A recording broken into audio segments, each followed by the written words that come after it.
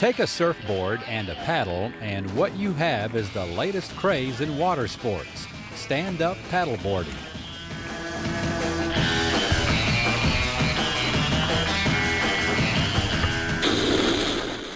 Now, because there's a dorsal fin on the other side, on the underneath of this board, that allows us to go straight.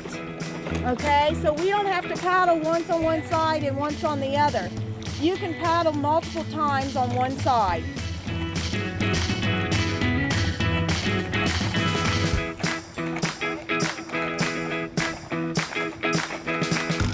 We had the opportunity to try out this unique way of exploring Arkansas on water at Beaver Lake in northwest Arkansas. Okay. And crawl to your knees. Here you go. Our instructor, Melody Elliott, a former Hawaii girl, has been involved with stand-up paddleboarding since its beginning. Off of your board, what's going to happen is that board is going to come right at me. It came about 2004, kind of strong, but not real strong in Hawaii. You'd see a lot of the guys starting out like on a lifeguard board, just paddling around and taking pictures. And anytime that we did rescue, you know, ocean rescue off of one of the boats, we would actually use the lifeguard board, because it's a long board, very buoyant, and you can actually stand on it without a wave. And so we would take pictures of our tourists that were snorkeling and just having a great time out there in the ocean. And then when we actually left the islands, you know, after being in the tourism, I was kind of missing that feel of just interacting with customers and having smiles all day long because you're part of families. I was out here on Beaver Lake and actually, you know, playing around on the board, and I would have people come up and say, "What is that? It looks like you're walking on water," you know, and they'd want to learn. And I got that feeling that, oh my gosh, this is what I'm supposed to do in the next chapter of my life. It's not like surfing, really. There's the balance there, but your feet aren't really in one in front of the other when you're surfing, and you also don't need a wave to actually do the stand-up paddleboarding. So they're very buoyant, and it's more that your feet are parallel with one another. Once you become proficient at standing up on a paddleboard, you can then take it to the next level, if you so desire, which is yoga on a paddleboard. Oh my God! That's impressive! Yes, we do yoga on the boards. It's called SUP yoga. That is the new trend. This sport, stand-up paddleboarding, has been around for quite a few years now, and it is one of the #1 growing water sports there is and has been. And now it's going right into a whole thing of SUP yoga, and that's just really also blowing up. I think that a lot of people are really getting into that. They want a little bit more adventure and move from the floor now to water.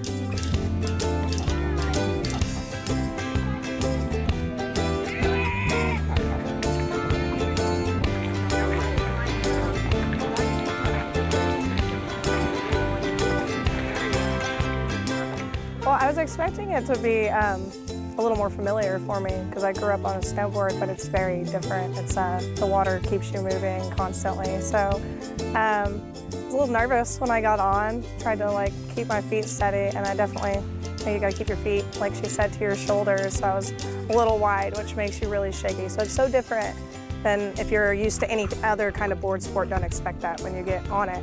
But as far as learning it, I feel like it's probably an easy process for people to learn. The instructions are short and simple when somebody who knows what they're doing is telling you what they're doing. So everything is, I mean, once they've told you once, you shouldn't forget it. It's something easy. And it's just the water, you know? I mean, if the little waves pick up a little bit, you know, I mean, you get a little shaky on it, but the water is, you got to sort of move with it, like she was telling us. But I find it easy if you're willing to learn it, you know, not overly easy, not something that I would see anybody jumping on and just doing easily. But if you have a good instructor, definitely.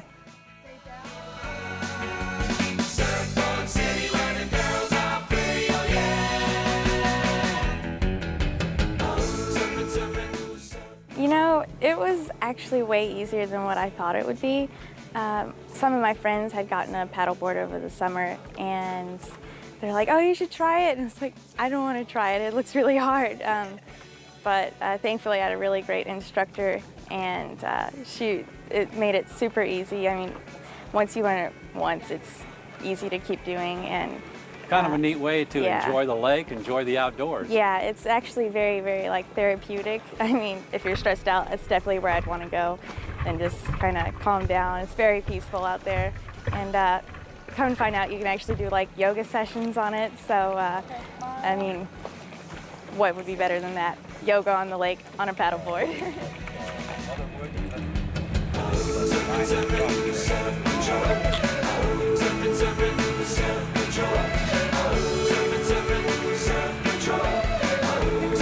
There you go.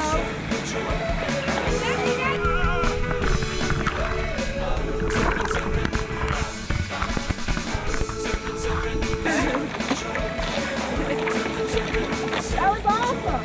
That's it.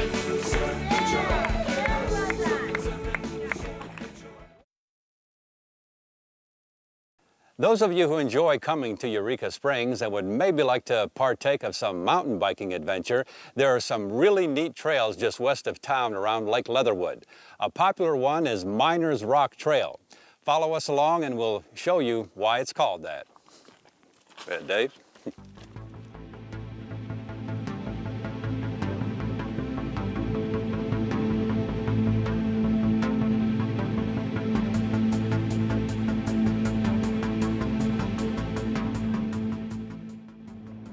I was invited here and with the Ozark Off-Road Cyclists in 1998, 99 to produce a mountain bike race on some of their existing trails. And shortly thereafter, we struck a deal to do some maintenance and start building new trail through the park. And that's the way Miners Rock and many of the other trails came about at Lake Leatherwood through volunteer labor. Ozark Off-Road Cyclists.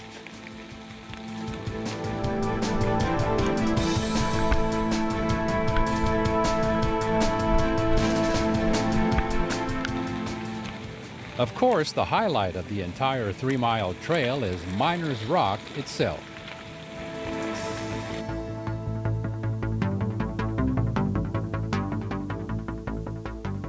Well, I think the most interesting thing is that this is a stone that's made of sandstone, contrary to most of the other stone around here, which is limestone and chert.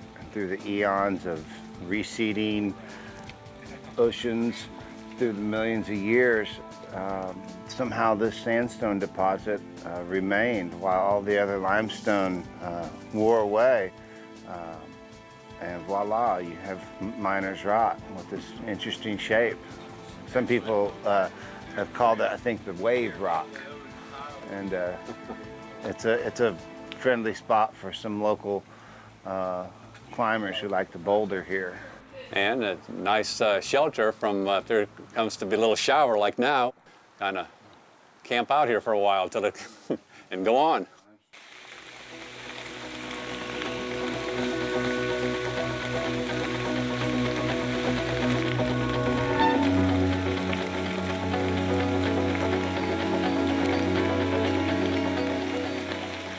Besides Miners Rock, there are also other interesting features along the trail.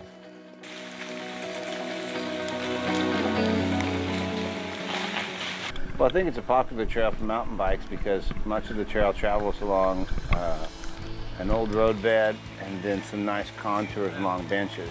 Although there is a gracious amount of single track, which is mountain bikers' favorite kind of trail. There's more interesting bluffs, a collection of sinkholes in different places. Some that actually have, caverns, others that are just deep depressions. A couple of springs and some random rock stacking. Those tunnels, or the bridges, if you want to call them, they're made by the CCC way back when.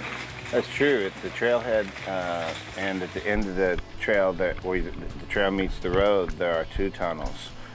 Both of them have trails incorporated underneath them, so you can see the quality of the work that still stands as a testament to the WPA work era.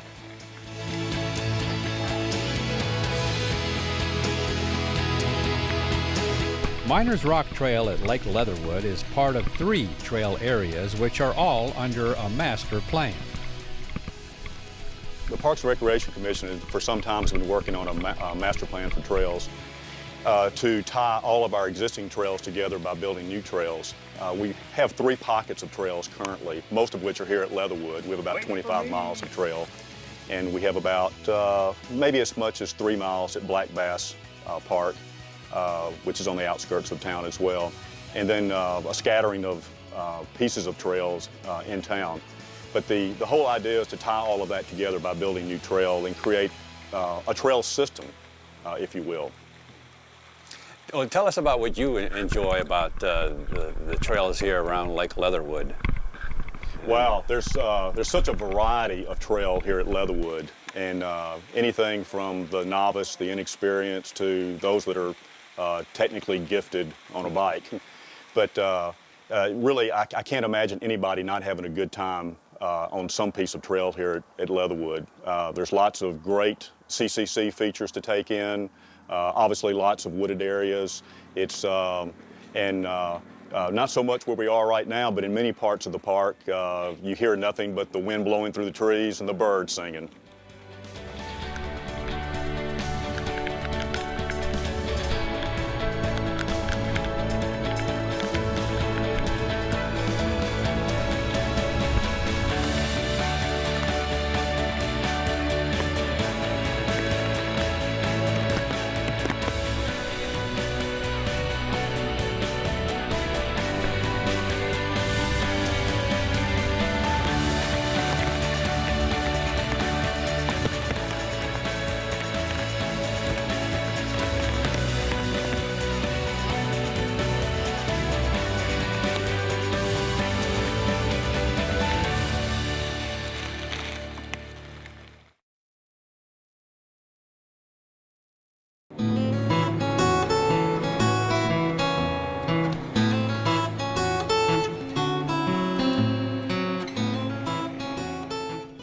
There are fishing guides, and then there are fishing guides. We're going with the Green Bean Supreme today, boys and girls, with a headlight. We're going to use the green and the white, and we're going to put a piece of corn on the end. That's called a headlight, okay?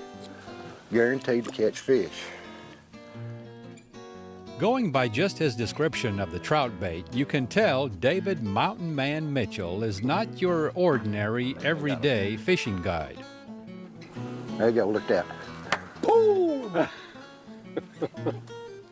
Mountain Man, you see, loves to take kids fishing, and so we join him along with Heather and Keely for a fishing experience of a lifetime. There you go, perfect. All right, now start winding on him. Start winding, there you go, Hey, we go. Uh-oh now. Yeah. Keely, There you go. Keely said she was gonna outfish us. That's the way we do it, right there. Now, the one thing that's a requirement on Mountain Man's boat, you gotta kiss your fish after catching it. All right, stay with me on this one. Okay. All right, kiss it. Come on, get this right Oh, here. the kissing part, okay. You gotta kiss it, not just puckering through. Okay. Did you get it? Uh-huh. Very good, guys. The first one of the day right here.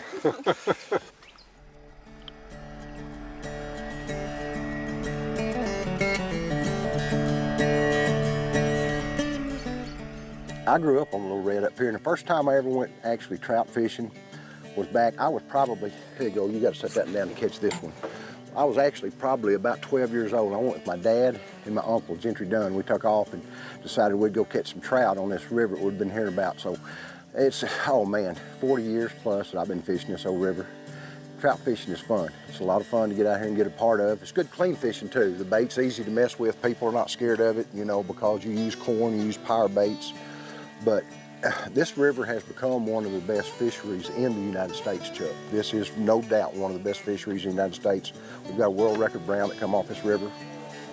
And listen, I feel blessed to be up here every day. Who could ask for a better office than what I've got right here, you know?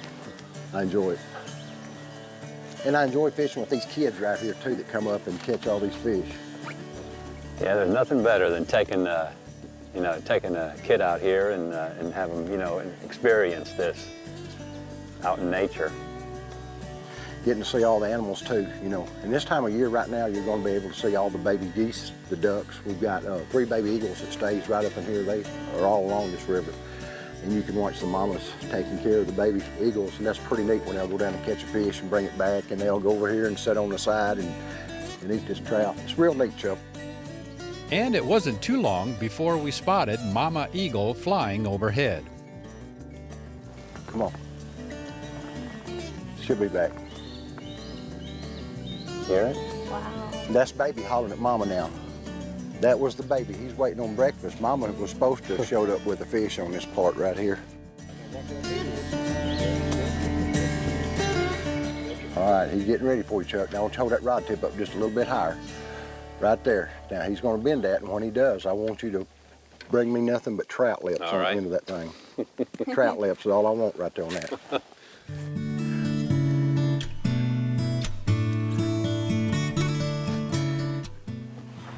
Oh, big fish. Big fish. Big fish. Hang on, hold him right there. Oh, boy. Oh, yeah. Oh, Chuck. Chuck.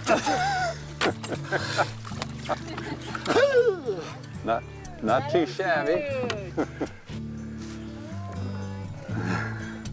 We're going to just bite the hook off and leave him in there. Look how perfect a fish that is right there.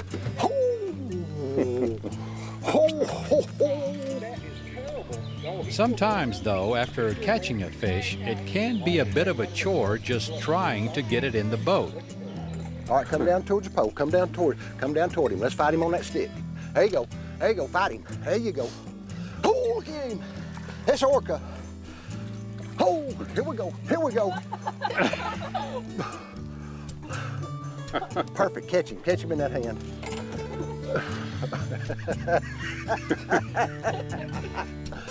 All right, come to the... Stop. All right, let's do it this way. All right, let's do it this way. How about that? Oh my gosh. All right. Turn right there. Get that picture right there. Hold this picture right over here, just like that. There you go. There are those fish you catch and release, and then there are those you keep. Not too big and not too small, but just right for the frying pan. Oh, this one's going to the Lake Crisco. We're going to take him back and slice him up and put him in the frying pan. Perfect eater fish right there. Look at this, right over here. Yeah, it happens, hon. Boy, now that is a pretty one right there. He is pretty.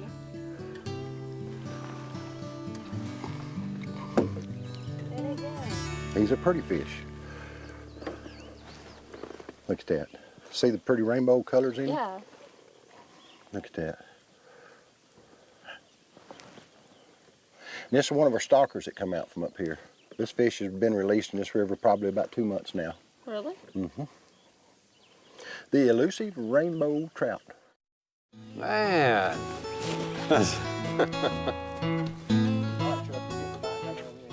Big fish. Oh, he's another pretty one. Another pretty fish. Are you thinking that rainbow are the most common? Rainbow are the most common. There are 4 subspecies of fish in this river right here.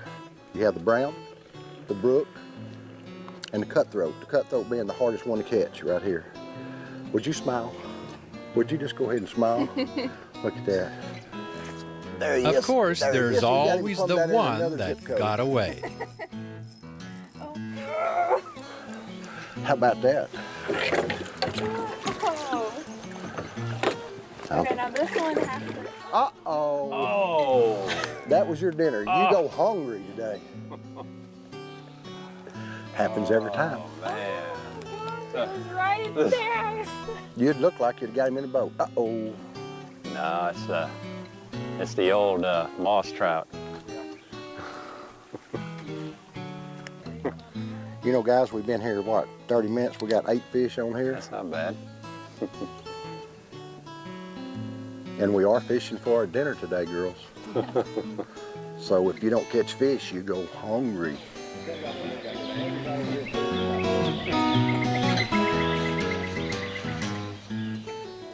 There he is. Swing and a miss. Why, no, you didn't. How could you miss that one? That poor fish, he had decided he was going to go to the fish fry, and you let him go. This pole, I don't think is any good. Well, throw it in the water. No. I don't want no pole that don't work right. Get ready. There is There he another is. There he is. requirement There he on is. Mountain Man's boat. Well, sorta. You have to try and eat a worm. All right, here's yours. Here's mine. Wait a Oh! Either eating it right now. Well, I swallowed it and I'm waiting on it to crawl back up where I can eat it again. No. I don't think so. Why? Because Huh?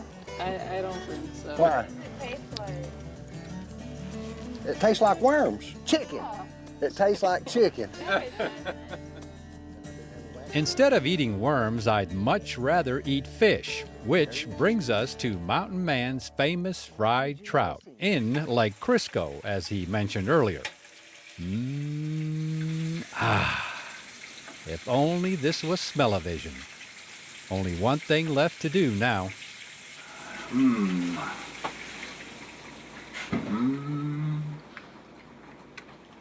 Mighty fine, mighty fine. The Blanchard Springs Recreation Area north of Mountain View is one of those places I like to come back to time and time again, because here you have not one, but two fantastic swimming holes. So if the first one gets a little bit too crowded, you can always go up the road to the other one.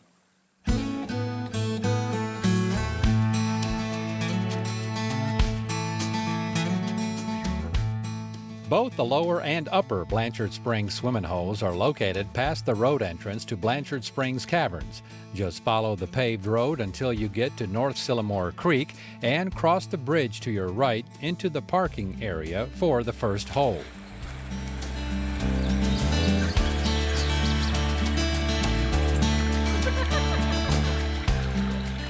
At this lower swimming hole area, you can explore Sylamore Creek itself, build yourself a rock dam, or just chill in the cool, clear, refreshing creek water.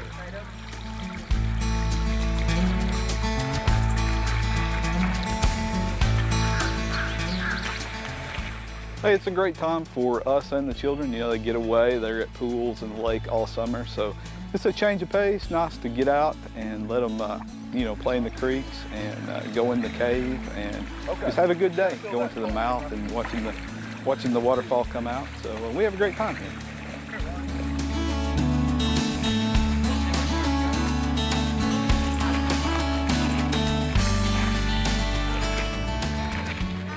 The upper Blanchard Springs swimming hole is located just a short distance up the road off to your right near a campground area.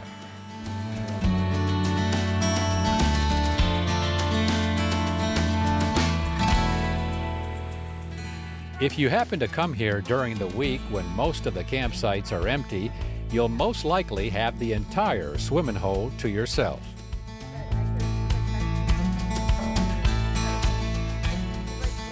Yeah, it's perfect.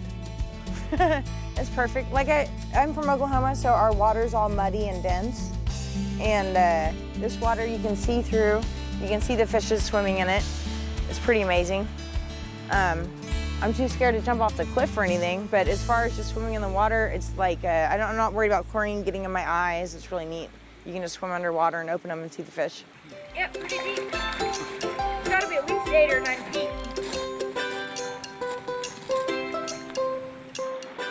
So you see now why you can't come here just once. Yeah, I would definitely hike here or camp here again. It's a really good spot. It's only $10 a night, so you really can't beat it. I mean, that's a pretty good deal. If you camp in Colorado, it's $18 a night, and you have to pay for quarters to put in the shower. And here, the showers are free. You just have to push a button every 4 seconds.